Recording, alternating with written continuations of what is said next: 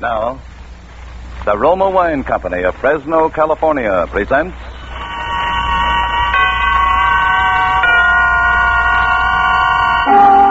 Suspense.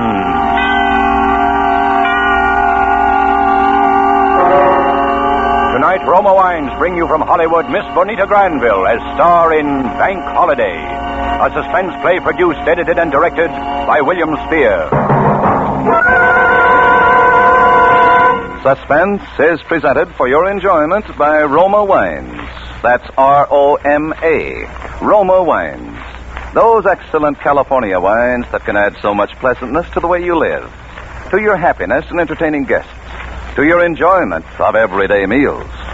Yes, right now a glassful would be very pleasant as Roma Wines bring you a remarkable tale of suspense. And with Bank Holiday and with the performance of Bonita Granville, Roma Wines hope indeed to keep you in suspense.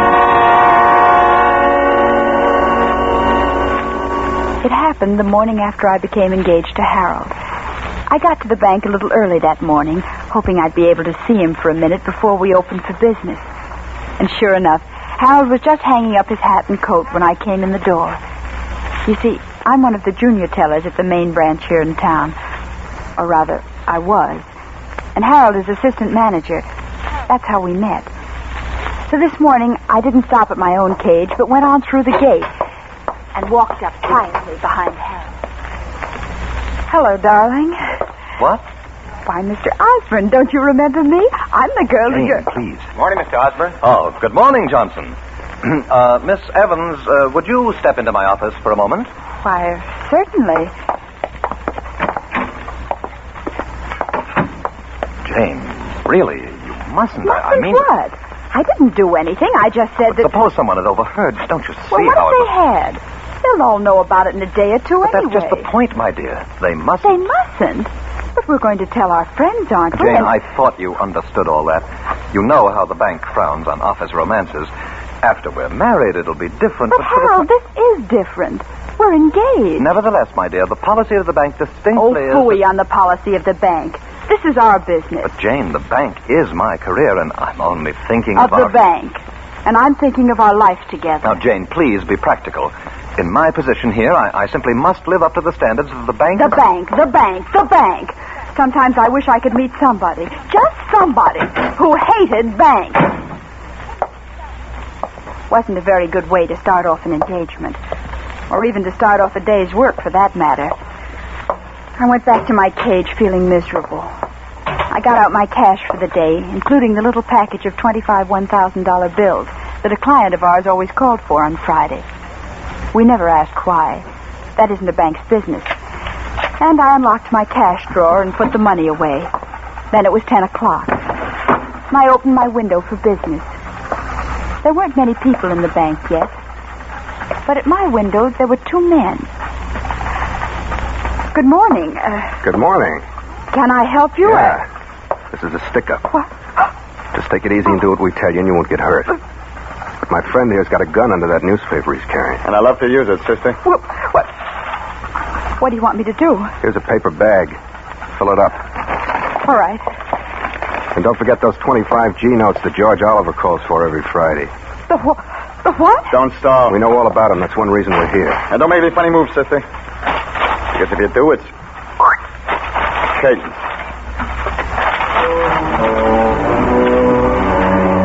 I'd often wondered what I'd do if this ever happened. But now I couldn't even think. As I fumbled with the money, I looked at the two men. One of them was about 35, with dark hair and a square jaw and hard blue eyes. The other, the one with the gun, was a nervous, easy-looking boy, about 21. I knew they meant everything they said. I glanced sideways for a moment towards Harold's office. As luck would have it, he was just coming out the door, and he must have seen that something was wrong because he started over to my window. Come on, sister, snap into it. I'm trying to hurry. Who's that coming over here? Why, it's Mr. Osborne, the manager. All right. Just don't try to make any bright conversation. I'll do the talking. Is there anything I can do here, Miss Evans? Yes. Just stand right where you are and keep quiet. Harold. Don't look so hurt. You've heard of banks being held up before, haven't you? Oh. Come on, miss. Hand it over. We haven't got all day. Here you are. Thanks. We ought to take her along. Don't be crazy. Come on. We ought to take her. No, you can't. You can't do that. Miss Evans is one of my most trusted employees. And I'm his fiancée.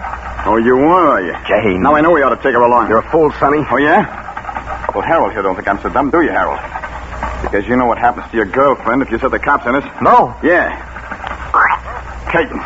Don't do anything, Harold. I'll be all right. I'll be all right.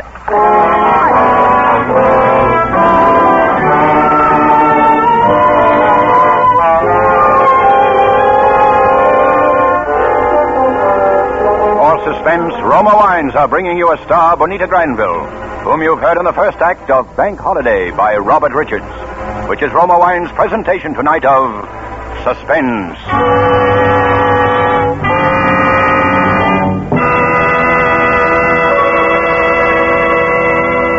Between the acts of Suspense, this is Truman Bradley for Roma Wines. Elsa Maxwell is an acknowledged expert on the niceties of dining and entertaining. Recently, she said, "Gracious little touches can do so much to make meals more enjoyable. Dine by subdued light. If possible, adjust radio or phonograph for soft, mellow music. And as the crowning touch, serve well-chilled Roma California Sauterne." A most excellent idea for Miss Maxwell. Good Roma Sauterne is pale gold, delightful in bouquet, and even more important, exquisite in taste. Created in the Roma tradition, Roma Sauterne is always unvaryingly good.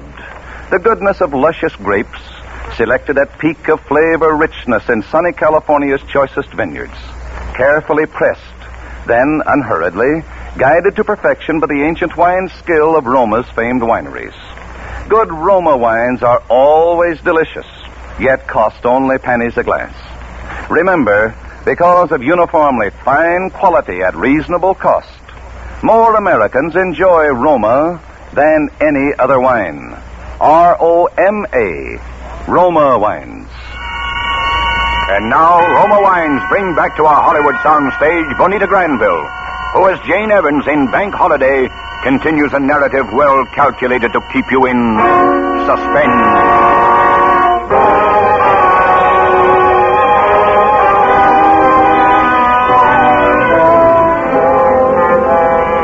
Why would I tell a couple of bandits who came in to hold up the bank that I was engaged to Harold, particularly when Harold was the manager of the bank?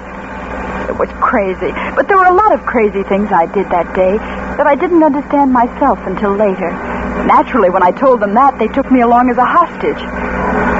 And the next thing I knew, I was sitting in the front seat of a big blue car, beside the one called Frank. And the other one, called Sonny, had tied a blindfold over my eyes. And we were driving. Once we drove in somewhere, and for 15 or 20 minutes, there was a lot of banging and clattering around the car. Then we drove on. At first, I was too frightened to even breathe, and then I began to get angry.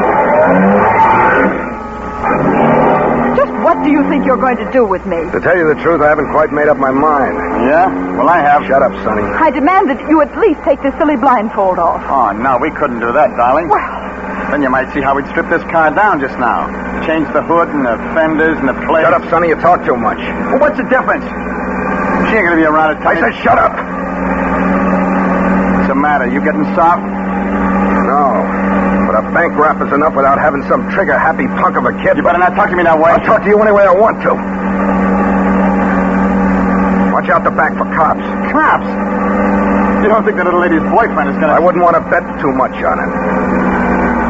But you, Miss Evans? I don't know what you're talking about. All I know is that at least Harold isn't a cowardly, bullying... Oh, I'm sure Harold is the perfect gentleman. But I got a hunch he's also the perfect banker. I don't know what you're talking about. You just don't want to admit what I'm talking about, which is that in spite of anything that might happen to you, Harold will turn us in. He wouldn't. No? Maybe we could check on that. Turn on the radio. What's that going to prove? Shortwave. All the latest equipment for bank robbers, sweetheart. That's us. LAPD. Car 17. Car 17. A disturbance at 8th and Pico. Disturbance at 8th and Pico. That's all. LAPD. Car 17. Roger. That's all. Car 17. Well... LAPD. The general alarm. General branch of the 42nd Bank and Trust Company See? and for kidnapping a woman employee answering to the name of Jane Evans. When last seen was wearing a light blue dress, black shoes, has blonde hair, blue eyes. He done it. See what I mean, Miss Evans? Well, it was his duty. Why shouldn't he? Nothing, no reason at all. It's just a question of who rates the most with a guy, I guess. His boss or his woman. All right, he asked for it. I told him what I'd do. Well, what are you going to do? Well, Miss Evans, I think we'll drive up this little side road here and let you out. Oh? You shouldn't have any trouble hitching a ride back. What? If you do, just try what Claudette Colbert did in that picture, remember? Say, are you kidding? You heard what they said. She was nothing but excess baggage anyway. Now she's just another way they can identify her. All right. That don't mean we let that guy get away with it. I told him what I'd do to her if he squawked, I'm gonna. You're going to do what I tell you. Oh, yeah? If I'd known you was yellow. Now, what was that you said, Sonny? Oh, all right, Frank, but... Cops. They're turning in here. Give me your gun, Sonny, and get down on the floor under that blanket. I'll plug him, Frank. Give me the gun. Get down on the floor. You're nuts. They'll get us, Frank. I know what I'm doing. You do what I tell you. That's right. Keep covered up and keep quiet. All right. Take off the blindfold, Miss Evans. Well, look here, if you think... Now you're going to kiss me, and you better make it gonna- good, because this gun's going to right in your ribs. All right, now. Hey. Wow.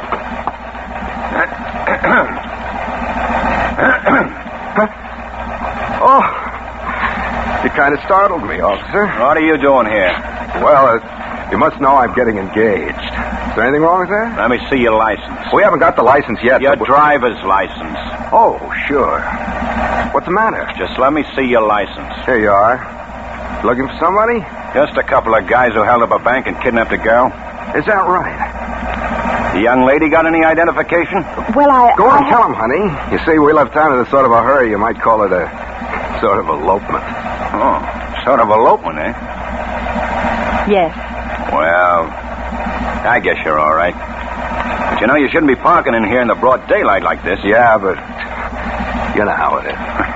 Sure. I know how it is. You come up for air now, Sonny. They're leaving. You sure? Yeah.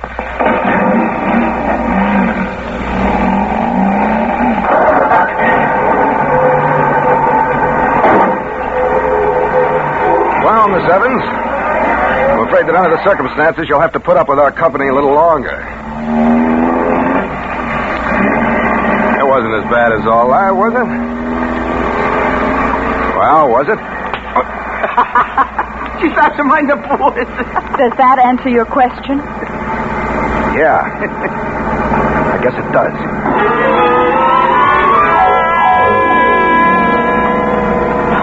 That was crazy, too.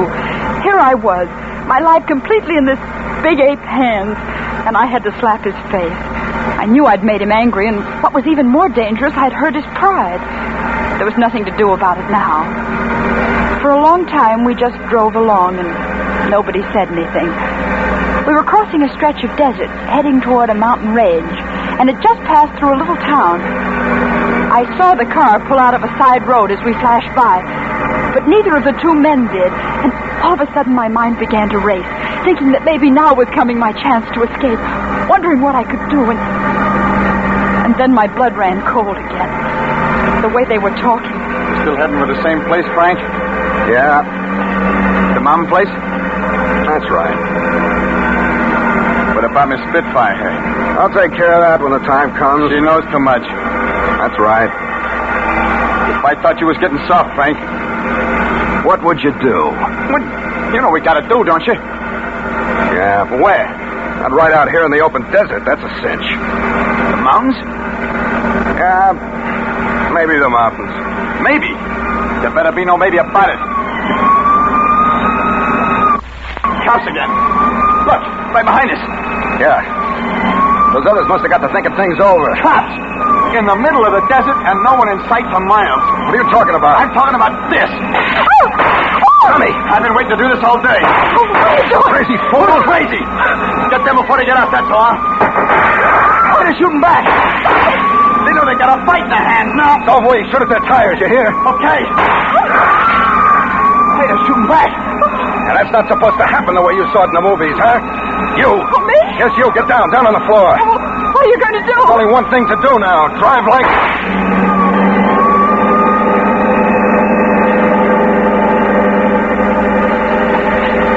At first, I wasn't afraid at all. It was even a little exciting. I kept thinking that maybe in just a few minutes I was going to be rescued, and wondering what Harold would say, and at the same time feeling the exhilaration of being in a race, wanting my side to win. And of course, that was crazy, too. And then suddenly, the car took a sickening lurch. I scrambled up onto the seat again.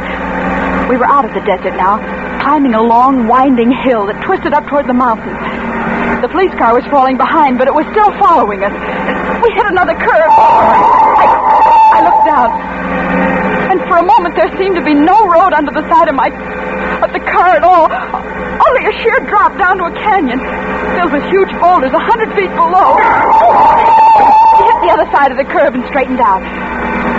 But I was frightened now, all right. I was weak and sick from fear. I told you to stay down on the floor. I can't, Frank. Look out. Get your hands away from that wheel. You're going to kill me. I know what I'm doing. Oh, stop. Stop, please stop. Stop. That might be all right for you, lady, but it wouldn't be so good for me. I'm afraid. I'm so afraid. Take it easy, kid. Close your eyes like you do on the roller coaster. You'll be all right. What do you think I'm running for instead of fighting? Just so nobody will be killed, not even cops. Oh, Frank, look out. That wheel, I told you. Keep away. I hate to do this, but...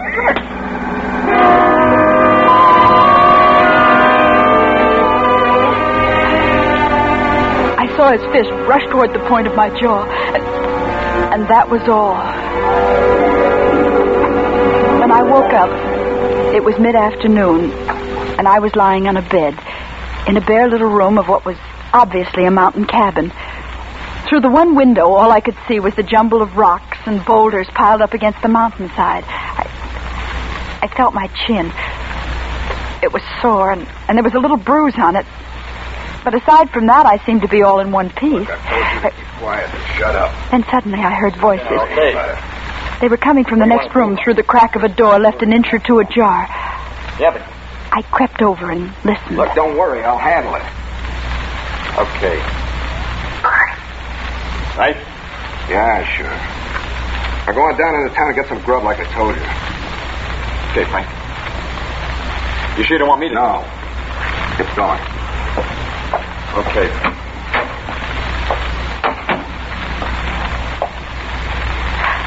I stood by the door, frozen with fear. I didn't need to hear any more to know what they'd been talking about. For a second, I thought of escape. I looked wildly over toward the window. Oh. Listening, huh? Yes. How do you feel? All right. Oh, I'm glad to see you're up and around. Why? Because it's against your principles to kill women who are unconscious? There's a path down the backside of the mountain that leads into the main highway. It's 4 or 5 miles long and pretty rugged, but you ought to be able to make it before dark if you hurry. Oh. Does that answer your question? Yes, I guess it does. You better get going. How do you know that I won't... Because you're going to promise me not to. Aren't you? Yes. All you have to say is that I slugged you, and that's all you remember until you woke up by the side of the road. We'll be out of here and over the border by morning anyway. What about Sonny? I can handle Sonny. Oh, I guess I do owe you something after all. Me? What? My life. I play strictly for me. I just don't want that punk kid with his movie idea of cops and robbers to be hanging a murder rap on us, that's all. You're a strange man to be a crook. Yes. Listen, there are just two kinds of guys in the world, right guys and wrong guys. The wrong kind can be the usual bum with a gun in his hand, or he can be a pillar of society that sits all day behind a big shiny desk. He can be kind to his mother and nice to little kids and have a lot of fancy excuses and reasons he gives himself. Or just no reasons at all, like me. But a wrong guy is still a wrong guy. He's no good. Well, thanks anyway. You better get going now. By the way, I'm sorry I hit you. That's all right. Guess I had it coming. I'm sorry I let you get into this mess in the first place. But, But what? that kiss. I meant that. Did you? Yeah. Oh, Frank. Frank, so did I. Jane.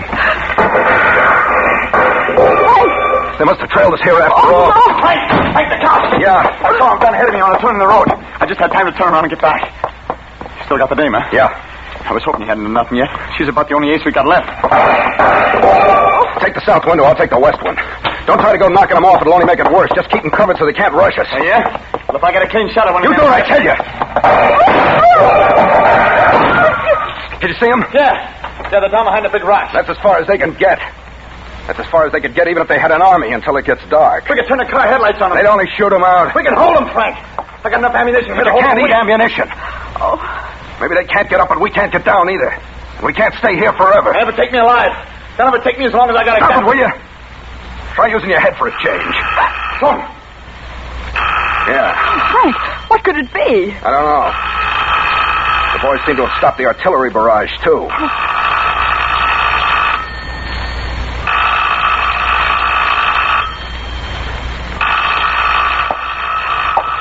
Don't answer it. What's the difference?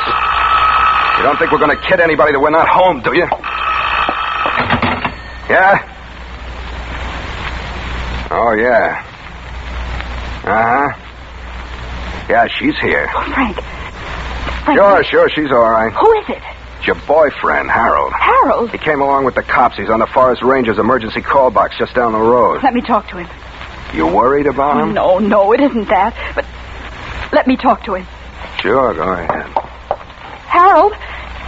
Yes, so am I. Oh, no, nothing like that. They've been quite all right. Yes, of course they are. No, there's nothing to prevent them from killing me anytime they want to. Listen, Harold, all you care about is getting the money back. And me, isn't it? Yes, I know. All right, wait a minute. Frank, you said you were near the border. How long would it take you to get there? A couple of hours. One would put us in the clear. Would you give them back the money and me?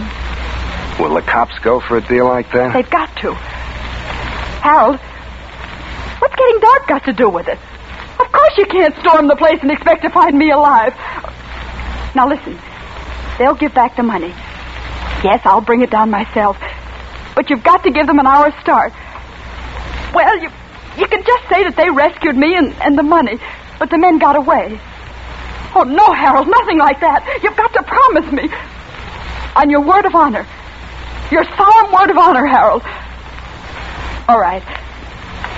They'll do it. Okay. Are you nuts? It's our only chance. Harold, all right? Yes. I'm coming down now. If she goes down She's there... going. The dough's still in the paper bag. It's on the table. Frank, Get going. All right. Goodbye. Goodbye. Harold, just so you don't have an idea you're getting away with anything, I think you're a dirty liar.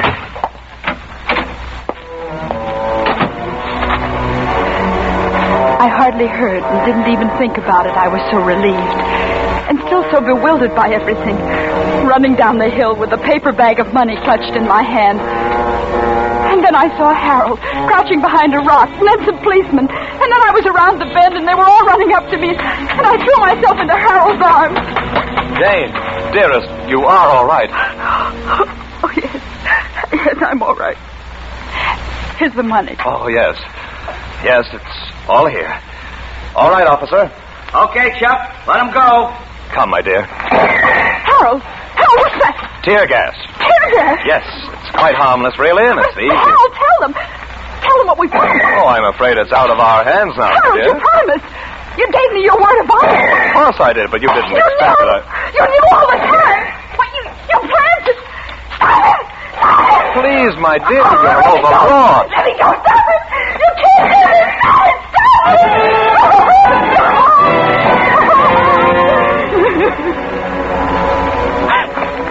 Try tried to run back, but they held me. And I had to watch. I couldn't help it. It seemed hours.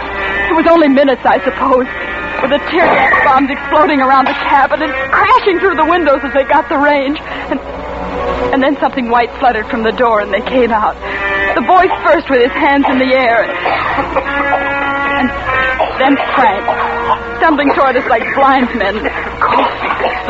Oh, those terrible racking coughs that just seemed to be tearing him to pieces. All right, baby. Come on. Frank. Hello. Frank, I didn't know. I swear I didn't know. I know, I did, though. I knew before you left. Oh, why did you let me go? I wouldn't have gone if I... Because he's just the kind who would have stormed the place. Maybe I couldn't have handled stuff. Oh, Frank. I'll help you. I'll do everything I can. Anything, please. Skip it. Just take some advice, will you? Next time, be sure it's a right guy.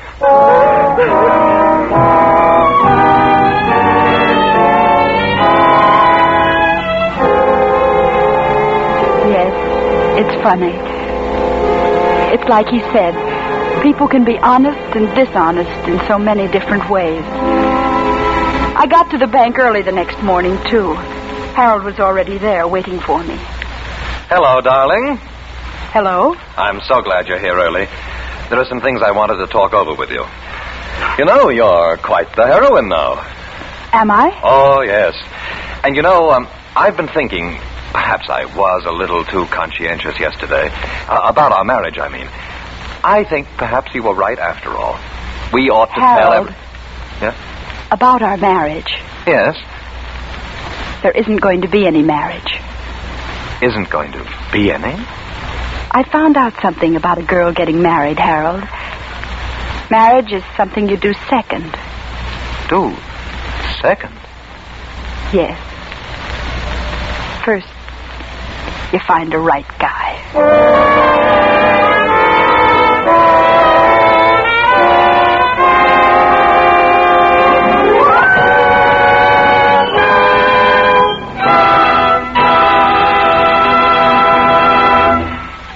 And so closes Bank Holiday, in which Roma Wines have brought you Bonita Granville as star of tonight's study in Suspense.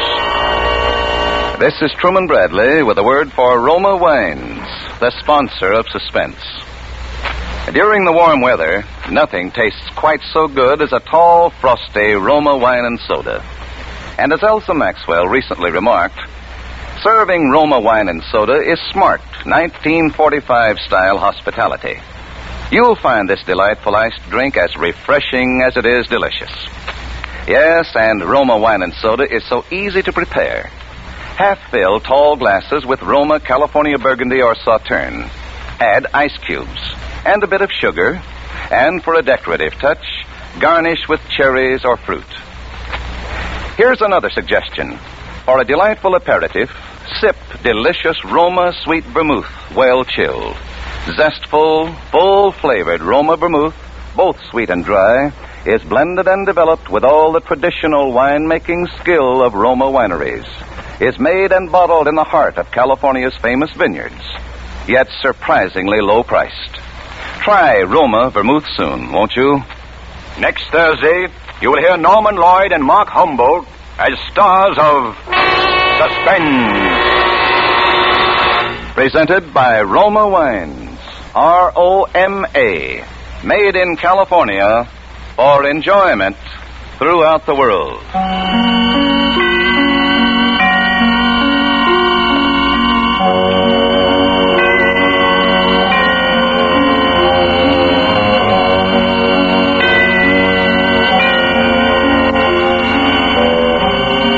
This is CBS, the Columbia Broadcasting System.